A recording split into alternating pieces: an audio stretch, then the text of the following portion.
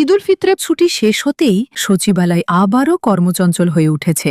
ঈদ পরবর্তী প্রথম কার্যদিবসে সকাল থেকেই অফিসে ব্যস্ত সময় কাটাচ্ছেন প্রধানমন্ত্রী তারেক রহমান। মঙ্গলবার সকাল ৯টায় সচিবালয়ে প্রবেশ করেন তিনি। দিনের শুরুতেই আন্তর্জাতিক মুদ্রা তহবিলের এশিয়া ও প্যাসিফিক বিভাগের পরিচালক কৃষ্ণা শ্রীনিবাসন প্রধানমন্ত্রীর সঙ্গে সৌজন্য সাক্ষাৎ করেন। এরপর দেশের অর্থনৈতিক পরিস্থিতি ও চ্যালেঞ্জ নিয়ে একটি বৈঠকে অংশ নেন তিনি।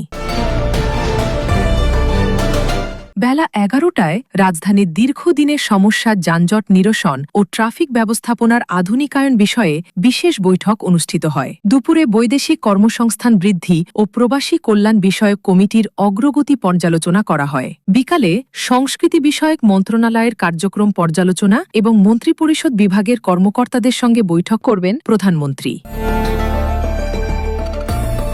টানা ৭ দিনের ছুটি শেষে আজ সচিবালয় সহ সব সরকারি অফিস, ব্যাংক ও আর্থিক প্রতিষ্ঠান খুলেছে।